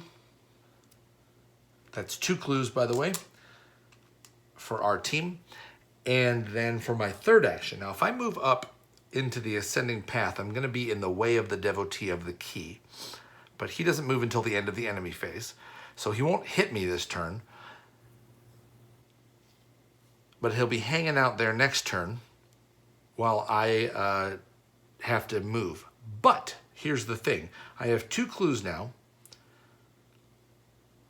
And I can pop the devotee of the key with an I've got a plan using the Divermus Mysterious. The only cost of that is a doom, and next round's going to be the witching hour. So I like this combination of plans. So I'm going to spend my third action to move back into the ascending path in the hopes of then being able to pop out and grab a couple clues. Next turn, maybe Skids can get in there and grab the devotee, or if we'll see how things play out. No sense in projecting too much. That is the end of the investigation phase. Moving on to the enemy phase, we have a hunter. The avian thrall will hunt into the base of the hill. And then at the end of the enemy phase, the devotee of the key moves into the ascending path, which engages Daisy. Okay, and that is it for the enemy phase, and we're going to reset. So Skids resets. I will draw a physical training. Okay. Not sad to see that. My hand right now is take the initiative in physical training, and then I'll take a resource and put one on Lone Wolf. Skids now has 6 resources. Going to be 7 at the start of next round. And then Daisy will reset. And she will draw the Good Necronomicon. Okay. That would have to replace something, but I could also use that. Yeah, I could. Oh, interesting. I could replace my Divermus, which would get rid of the doom that's on it, if I decided I wanted to prolong this agenda one more time. Thoughts. And then I'll take a resource. Moving on to the Mythos phase. Doom number 11 of 12.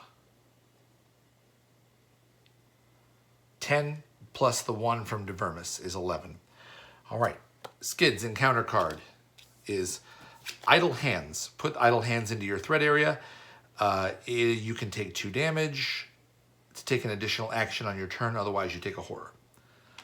Well, Skids is sitting at 5 out of 8. And right now I cannot take 2 damage. Well, I could, but that would be a terrible idea. But if once we get past this agenda flipping, then that's actually not too bad, because I could take it on one of my allies. We'll see, but I'd rather that Skids had that than Daisy. And then Daisy's encounter card is Visions of Futures Past. Okay, so I'm becoming more and more glad every minute that I got rid of that Beyond the Veil with Daisy. All right, so she is testing 4 to 5 on this. I won't add anything to that, nor will I cancel it. And we get a skull. Okay, so that is a -1, I believe, where I'm standing. Yeah, I am on a Sentinel Hill location. So that's a -1, so I discard the top 2 cards of my deck. Okay, Honestly, that could be a good thing. I discard a Mind Over Matter and my other archaic glyphs. Prophecy Foretold. I was kind of hoping to get that one, because that'll let me do some evading. But the good news is I have made it through the Mythos phase without anything truly terrible happening to me. Let's see. Skids have another Vicious Blow coming at any point. Let's see. I've got one in the discard pile. So yeah, I do have another one in the deck somewhere. I need to go bail Daisy out and let her go get some clues. With this Avian Thrall coming, I'm not so sure that I want to... I want to save my last 2 bullets for that thing. Because if you're shooting it with a ranged weapon, you're going to have a lot nicer life than if you are doing it the other way around. So this all sort of played out exactly the way I thought it was going to.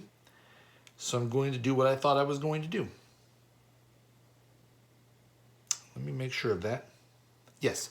Daisy will take her tome action. It's going to be an attack of opportunity again, isn't it? Yes, it is. That is what it is. Daisy will take her tome action to hit the Divermus Mysterious up. That will put a doom on that, which is going to put us at 12 out of 12, but we don't advance because of the way that the rules of this game work. And I'm going to play I've Got a Plan out of my discard pile. So I get to play that for 1 cheaper. So I believe that costs 2. All right, that costs 2. And I will attack, let me spend my 2. I will attack the Devotee of the Key. First of all, taking my attack of opportunity for using the tome, putting me at 3 and 3 on damage and horror. And I'm attacking using intellect instead of fight, and I'm attacking at 6 to 3.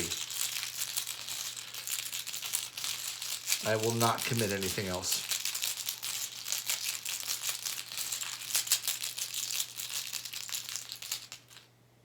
Whew, got a 0. I was worried about that one. I didn't have a backup plan.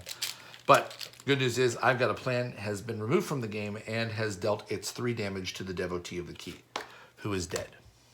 All right. So we have stopped his nefarious plan with our tome action. And since it was the witching hour, that doom on the Divermus doesn't matter. The only thing that mattered there was that I had to take an attack of opportunity. So then this frees Daisy up to be able to go grab some more clues. Now the trouble here, of course, is that we can run into the problem of we don't know what those other 2 locations are. And they could deal damage, etc., etc. I don't really remember very well what sorts of things are available. But I can't wait for Skids to go searching. So I'm going to go ahead and, for my first action, I'm going to play the Necronomicon. The good Necronomicon for 2. Leaving me with 7 resources. And I'm going to overwrite the Divermus. Or am I going to overwrite the Old Book of Lore? You know, that Divermus is pretty dang handy now that I've got it. Let me look at this. Mind Over Matter is an option. Yeah. I'm going to overwrite the Old Book of Lore. Yep. I'm going to keep the Divermus. Oh, you guys at Mythos Busters would be so proud of me. All right, that takes my intellect up to 7 now. And then I'm going to move for my second action. I'll just randomly pick one of these, and I'm going to be moving into Lost Memories. All right, it does have 2 clues. 2 shroud, 2 clues. After you reveal Lost Memories, take a horror for each action you have remaining. Ah, that's a nice little pull for Daisy. Could have been much worse.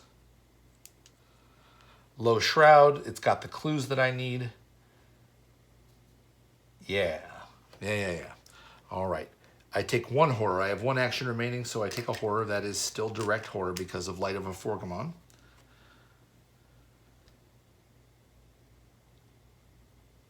Yeah. And then for my third action, I will investigate there at 7-2.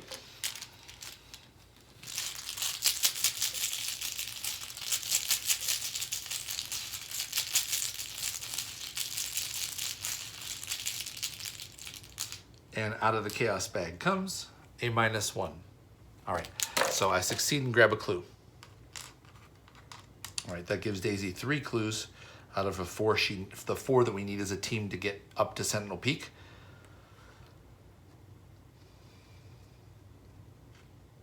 I also need to be thinking about the fact that when I get up to Sentinel Peak, I'm going to need a way to start doing some damage. And I'm almost out of bullets with the 45. Given that I'm going to be probably trying to kill the avian thrall, and maybe I won't. Maybe I'll save those bullets.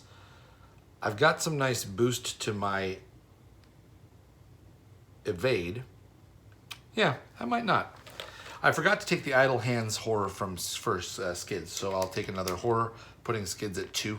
And Daisy grabbed that clue, and she's out of actions, and so that is the end of... No, it's not at the end of the investigation phase. Skids still has an entire turn coming, so I did not forget idle hands.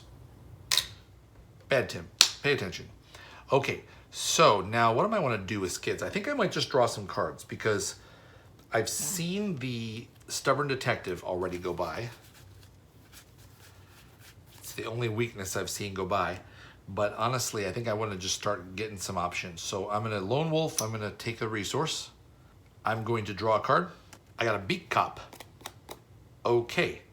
That will be a nice replacement for Zebulon Whately when it comes to the final location. But right now I'll sit on Zeb.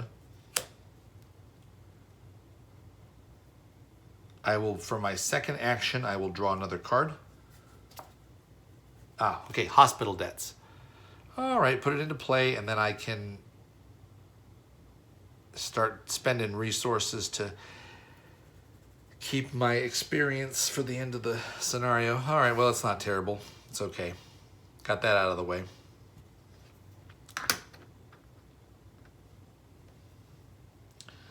I don't know that I really want to spend the money on it. Let's see, 6 rounds remaining. I hope there won't be 6 rounds remaining. I'll do it. I'll move one on there. Yeah, I hate that card. All right, and then for my third action, I'm just going to draw another card. Lockpicks. Okay. Committable. Or maybe I keep it for the final location. That's it for Skids. I will not spend 2 more resources. And I'm going to stop right there. So, enemy phase, the avian thrall hunts into this ascending path. And that's it. And then we reset. So Skids resets. I will draw a card with Skids. I draw an Elder Sign Amulet. Happy to see that. And I'll take a resource and I'll put 1 on Lone Wolf. Daisy resets her tome actions. And draws a Mr. Rook. Okay. Every time I draw from that deck, I think there's only 6 or 7 cards in it. I'm always sure I'm going to draw my Necronomicon. It'll happen, and then I'm going to take a resource, putting me at 8. All right, Mythos phase. So this is going to place the last Doom, number 12 out of 12, on the agenda. It's actually placing number 13 out of 12, but who's counting? So we're going to go ahead and remove all of the Doom from the agenda.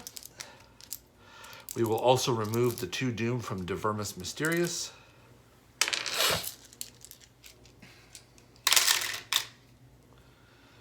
Light of a Forgamon is going to get discarded, thank God.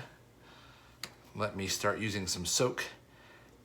And we move to agenda 1B. As you explore the paths surrounding Sentinel Hill, the chanting at the hilltop rises to a crescendo and takes on otherworldly quality, reverberating through the trees as if carried by unseen currents. The world begins to change. The grass and trees dissolve like sugar in a cup of tea. A vast, endless sky slices through the reality you see before you, and you feel drawn to it, terrified and awestruck.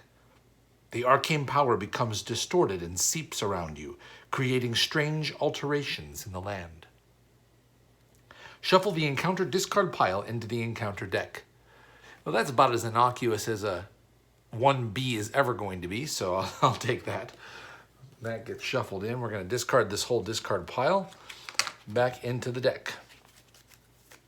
All right, so while I'm shuffling, I will point out to the fact that we are heading into Agenda 2A, which has this really cool, wacky font on it, which at first, I think most people looking at it thought was some sort of a misprint or a accidental double print.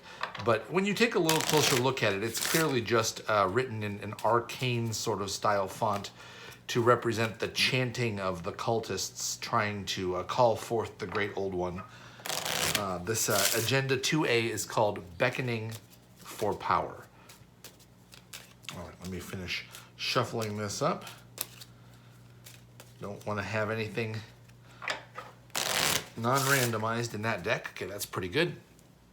Agenda 2A, Beckoning for Power. I will try to read this. The old ones were, the old ones are, and the old ones shall be. Not in the spaces we know, but between them. They walk serene and primal, undimensioned, and to us unseen.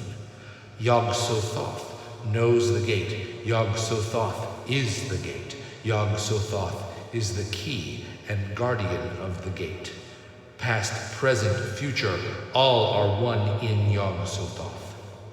He knows where the old ones broke through of old, and where they shall break through again.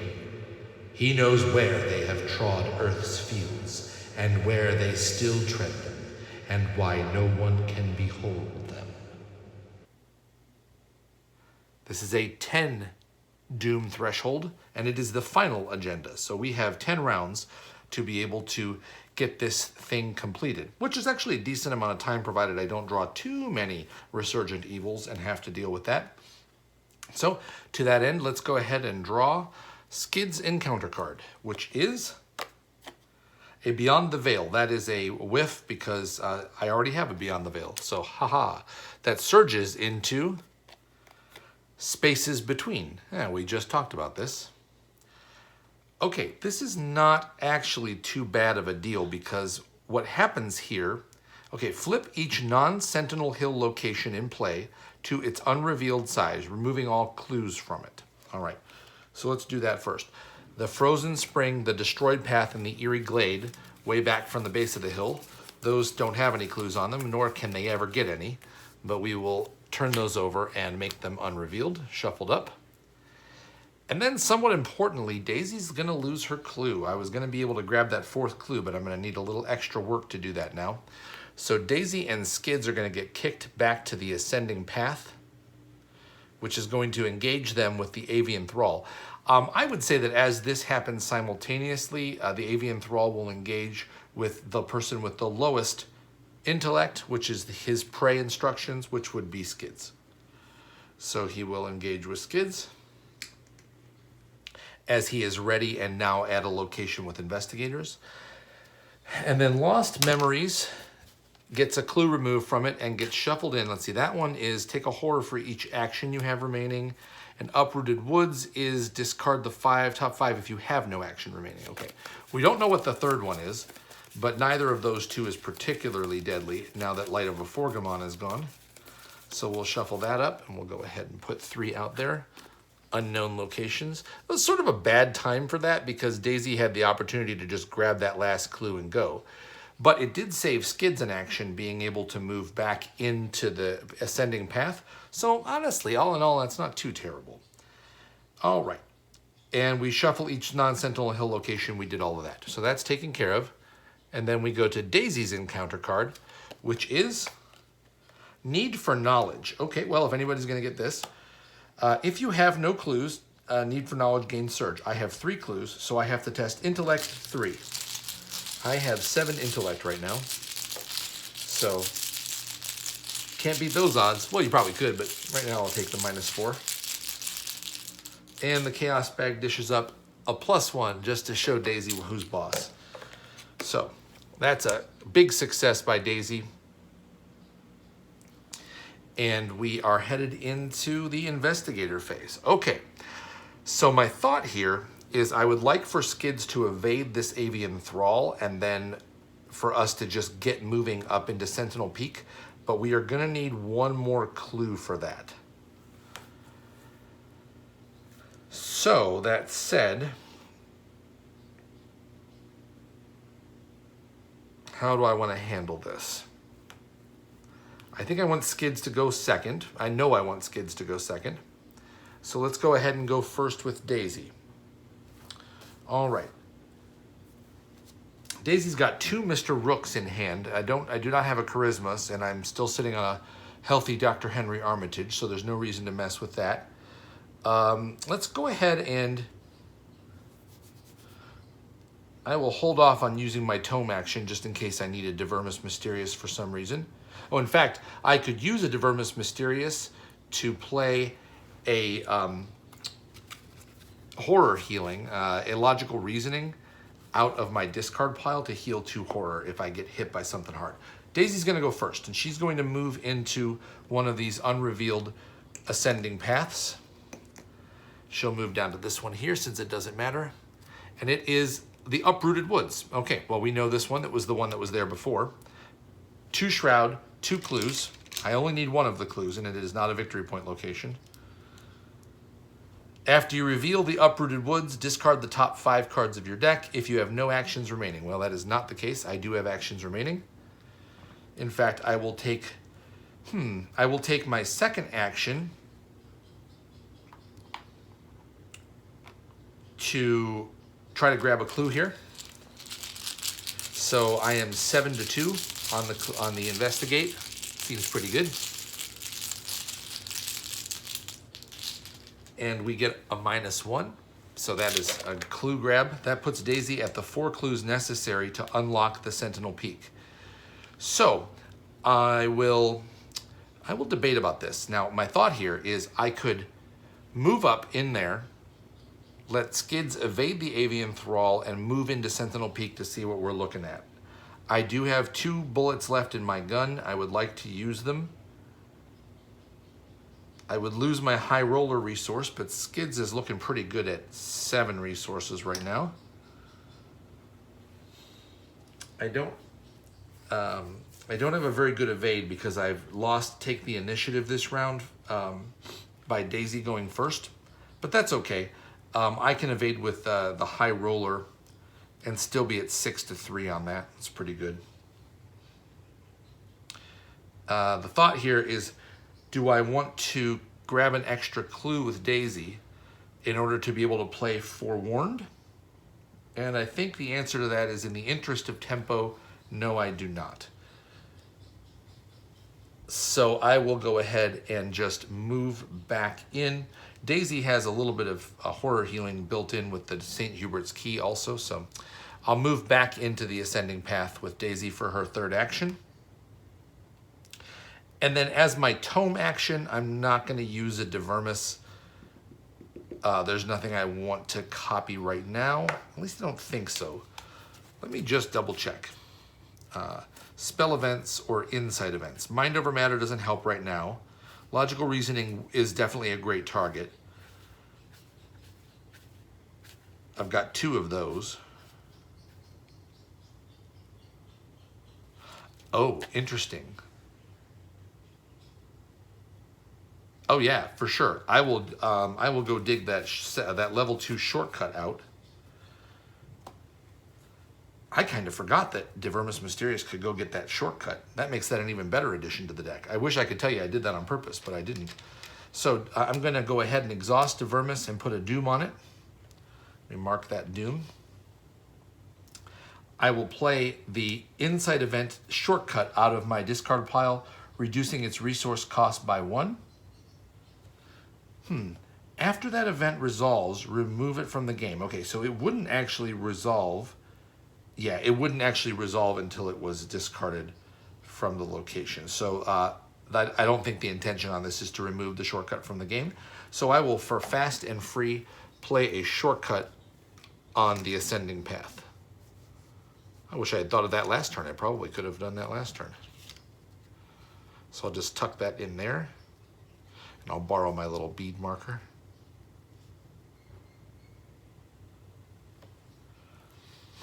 Okay, and I'll use that to let Skids get out. And Daisy is done. After the game, I'll look up and see if shortcut level 2 is usable with Divermus, but I believe it is. It would seem to me like that would be the intention. Shortcut is just a bit of an unusual insight event because it becomes a permanent that stays in play. That's the only reason why it's a little weird. I will also spend the 4 clues off of Daisy to reveal, or to, I guess, never mind, that is spent to move to Sentinel Peak. I'll put those back for just a moment. All right, and then we'll use those when Skids decides to move. All right, over to Skids' turn. Let's go ahead and dodge this Avian Thrall. I will use 3 resources on High Roller. I lose out on my Lone Wolf resource, and I will evade at 6 to 3.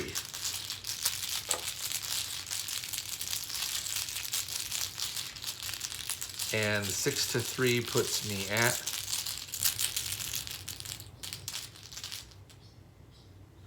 a skull. That is a -3 if I'm at an altered, I am not at an altered location, I'm at a Sentinel Hill location. So this is a -1, so that is a successful evade. So the Avian Thrall is evaded at that location. I just had a thought. That means Daisy is gonna have to, Daisy's gonna have to deal with that thing next round, or at least evade it. And that is not her forte. I think I'll probably shortcut in with her. Let's go ahead and get Skids in first, though. And do I want to play anything else with Skids before I head in? Oh, I get my High Roller money back. That's a good question. Do I want to play anything else with Skids right now? Because I could end up engaged with someone in there and then have a harder time taking a non-attack of opportunity. Let's go ahead and play physical training right now. So physical training is the level 2 version. It's free to play. It is not fast, but free. And I can then start boosting my willpower or my fight value at the cost of 1 resource apiece. So let's go ahead and put that into play. I think that's gonna be really nice. I have a little bit of cash I'm sitting on here. And that was my second action with Skids. And then for my third action with Skids, I will go ahead and move into Sentinel Peak. So that will cost the 4 clues that Daisy has on her. And in we go. Sentinel Peak is revealed to be a 4-shroud, 4-clue location. Forced. When an investigator at this location draws a hex card, that investigator takes a damage. Okay, so that's a problem for Daisy, of course, but I do have a little bit of soak still in hand. And then off we go. So Skids is now in Sentinel Peak for this third action. And let's go ahead and put 4 clues on Sentinel Peak. It is a 2 victory point location. Oh, I suppose for the flavor, I should read this. It was here that the Whateleys used to build their hellish fires and chant their hellish rituals. Well, they're not hell rituals, they're hellish. It's ish. All right. So we've got Skids hanging out there, and we are going to advance Act 2A, Ascending the Hill version 1. When an investigator enters Sentinel Peak, advance. Approaching the peak of Sentinel Hill, you are confronted by several citizens of Dunwich. The man in the center of their circle chants in Latin, while the others bow their heads in reverence. Seth Bishop? You ask presumptively. The man in the center raises his gaze in response, confirming your suspicions. You plead with the man to stop this madness, but he doesn't respond. You draw forth the silver constellation pendant you'd found on Silas's body and present it to Seth. "This is all we found of your brother," you shout over the howling wind. "Is this the fate you want for yourself, for all of us?" You throw the pendant onto the ground. Staggered by the sight of it, he stumbles backward and trips over his incantation, eyes widened. As he falls, the altar behind him splits open, and a torrent of energy pours from the stone, swirling into an open gate that swallows the man whole. You barely manage to dig your heels in and grab hold of a nearby rock in time to resist the pull of the gate. Remove the set-aside Seth Bishop enemy from the game. Wow, okay, I don't think I remembered that that's the outcome of this. All right, so he is removed from the game. He's already removed from the game. So we do not have to deal with Seth Bishop. So that makes this top of the hill quite a bit easier.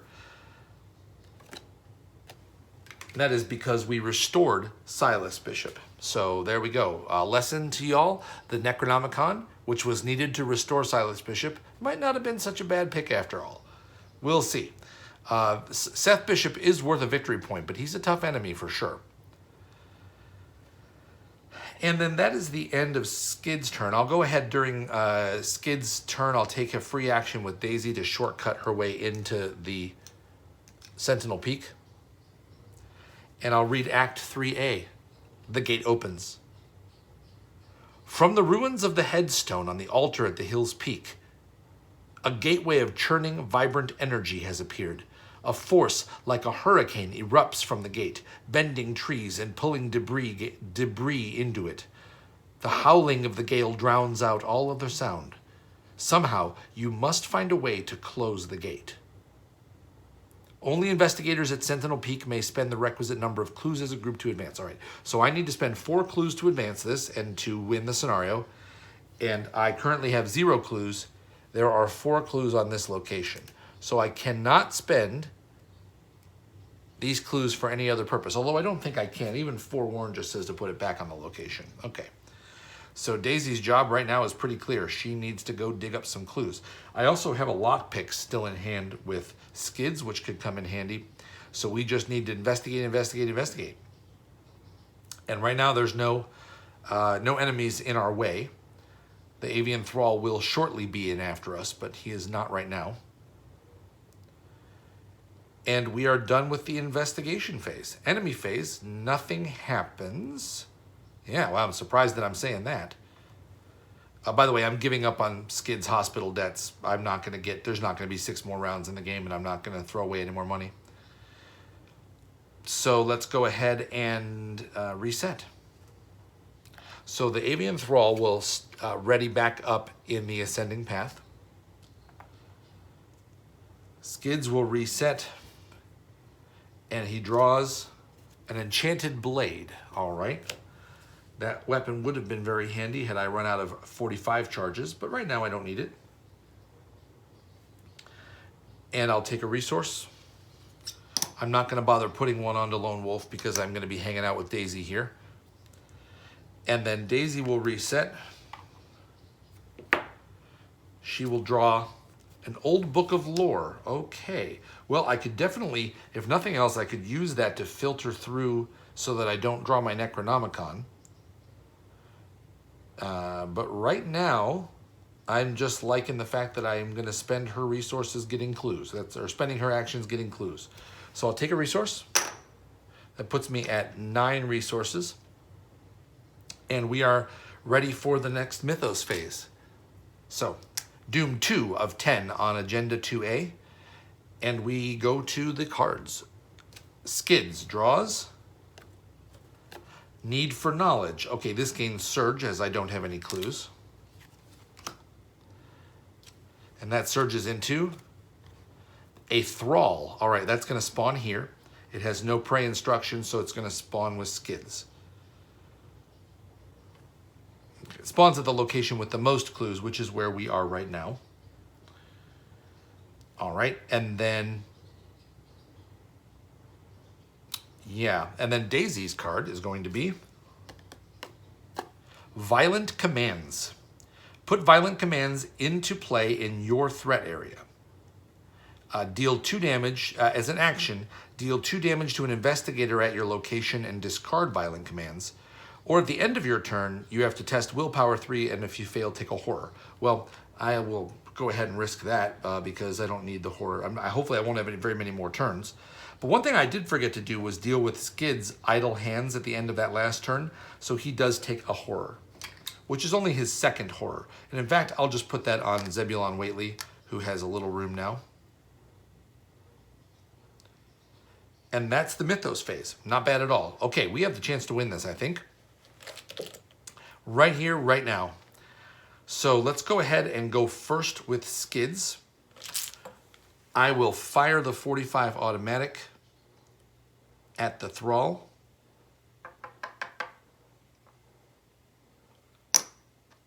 Or will I? Yeah, I will. I'll fire the 45 automatic at the Thrall. That's going to take a bullet, and it puts me at 5 to 2. I will spend 2 resources to help. No, I will spend a resource and commit an enchanted blade to go up by 5. So I'm at 7 to 2 on this shot. I want to give myself the best chance of not failing here. So 7 to 2 puts us at a -1, and so the Thrall has been dispatched for action number 1. All right, that rids us of enemies at this location, and now we can dive in to the business at hand. Action number 2, Skids will investigate. I will use take the initiative. Oops. I will use take the initiative to be able to add 2 to this. It doesn't add the full 3 because I already took an action. So I will be investigating this at 5 to 4. And I will use High Roller to make that 7 to 4. So Skids investigates at 7 to 4.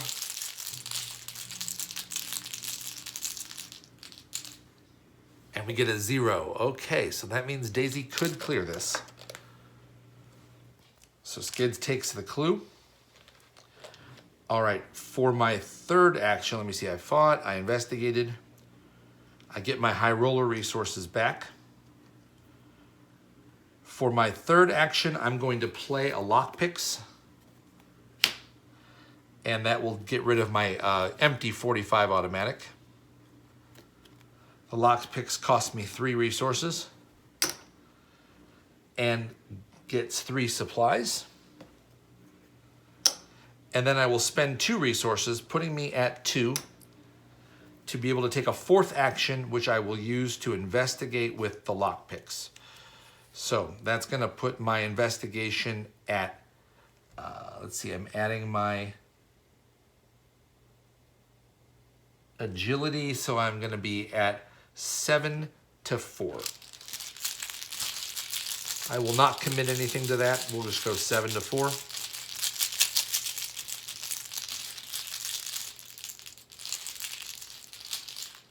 And we pull a -1. All right, I don't even lose a lockpick charge. So Skids grabs a second clue off of that location. That looks great, looks great. Now Daisy only needs to get 2 of the clues. At the end of Skids' turn, he takes a horror. I'll put that on him because he chose not to use idle hands. And then we go to Daisy. Daisy will spend her first action to investigate. I'm investigating this at 7 to 4. Let me think about this. Just trying to see if there's any other way I could boost this with a tome action. I don't believe I have any insight events that help with that. Knowledge is power. If I play that from my discard pile, I could do a filter draw with the old book of lore. That's pretty good. I'll do that. So I'm going to use my tome action with the Vermis Mysterious. I will put a doom on that, which goes to 3 doom on the agenda 2 on the Mr. Vermis, and then 1. And I will play a insight event, which is Knowledge is Power, out of my discard pile. It's free. It would normally be free anyway. And remove it from the game. This says, Knowledge is Power. I'll put this up on the screen. Choose a tome or a spell asset you control, or reveal a tome or spell asset from your hand. I'm going to reveal the Old Book of Lore from my hand. Yeah. Ignoring all costs. Then if that asset was in your hand, you may discard it to draw a card. So I will resolve the exhaust ability or the action ability on the Old Book of Lore to search the top 3 cards of my deck for a card. 1, 2, 3. Let's see if I can get something to boost my investigate. All right, I got another Knowledge is Power, a Storm of Spirits, and a Hypochondria. Okay, well, then I'll take the other Knowledge is Power. That gets the first Knowledge is Power gets removed from the game, and I shuffle up my very small deck, which is now 2 weaknesses and 2 non-weaknesses. So I will not discard the Old Book of Lore to draw a card. That would seem silly. Then I will spend my first action to investigate at 7 to 4, and I will commit a Knowledge is Power to the test to go 8 to 4.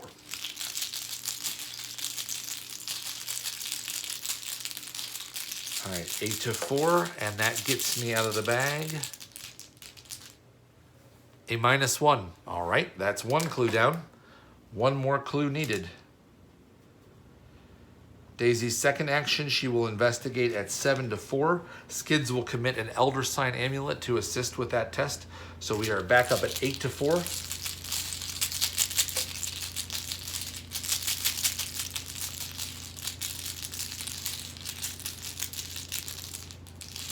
And we draw a -3. That's the final clue off of Sentinel Peak, and I think we are winners. So Daisy has 1 action remaining, but it doesn't matter because, oh, it does matter. Let's see. I don't have to spend the clues to advance. I certainly want to because I don't want to deal with an avian thrall if I don't need to. It's not worth any victory points. I don't want to take any horror from that. Just trying to see if there's any reason why I should not advance right now. There is none. I will advance right now, spending the 4 clues, 2 from Skids and 2 from Daisy. And we advance to the back of Act 3A, Act 3B. You don't know how to close the swirling gate before you, and with each passing moment, the force from within it grows in strength. You fear that whatever entity the sorcerers have summoned from beyond approaches. With no time to spare, you turn to the open tome on the stone altar, desperate for answers. Resolution 1, peer into the abyss. All right, that's a successful run through Where Doom Awaits with Skids and Daisy. No trauma taken, not a ton of XP, but I think we got 3. Let's see here, we ended up with, we had killed the Wizard of Yog-Sothoth earlier. So yeah, so that is 3 XP.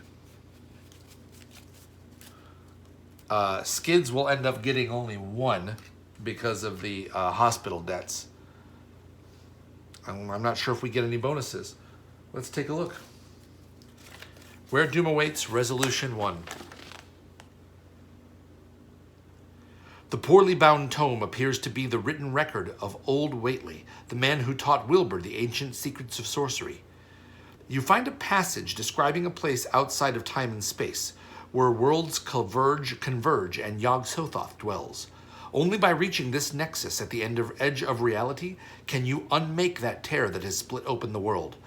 Feeling as if you may be going to your doom, you muster a final ounce of courage and step into the gate.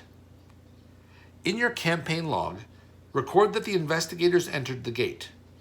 Each investigator earns experience equal to the victory X value of each card in the victory display. And then we continue on to Lost in Time and Space, the final scenario of the return to Dunwich Legacy. All right. Well, that was Where Doom Awaits, or Return to Where Doom Awaits. The shortcuts ended up being a really great addition to that, obviously. We're able to let us zip through and save it probably a turn's or a turn and a half's worth of actions over the course of the scenario. Had Daisy's stats boosted nice and early with the St. Hubert's Key.